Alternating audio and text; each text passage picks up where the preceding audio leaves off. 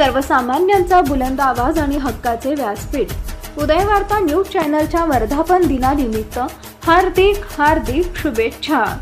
शुभेच्छुक लोकप्रिय युवा नेते माननीय श्री उमेश भाऊ पाटील, लोकनियुक्त सरपंच, ग्रामपंचायत बेडक, तालुका मिरज, जिल्हा सांगली।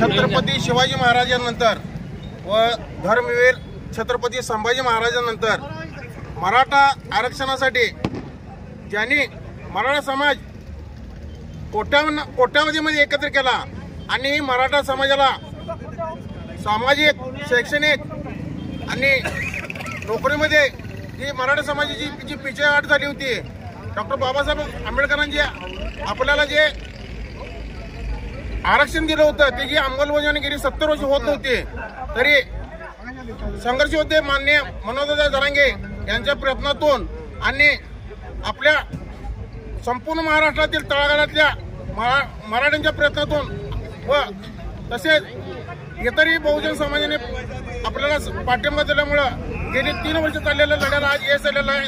आणि आज बेडक गावामध्ये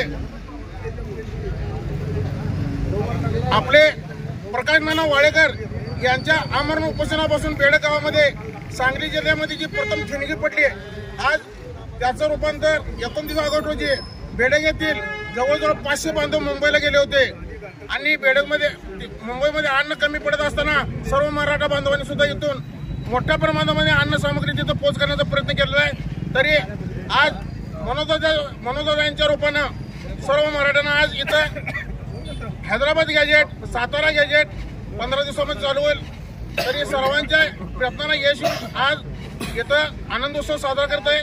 तरी सर्वांनी आज इथं उपोषण, इथं साखर आणि पेढे वाटप केलेलं आहे। जय जिजाऊ, जय शिवराय।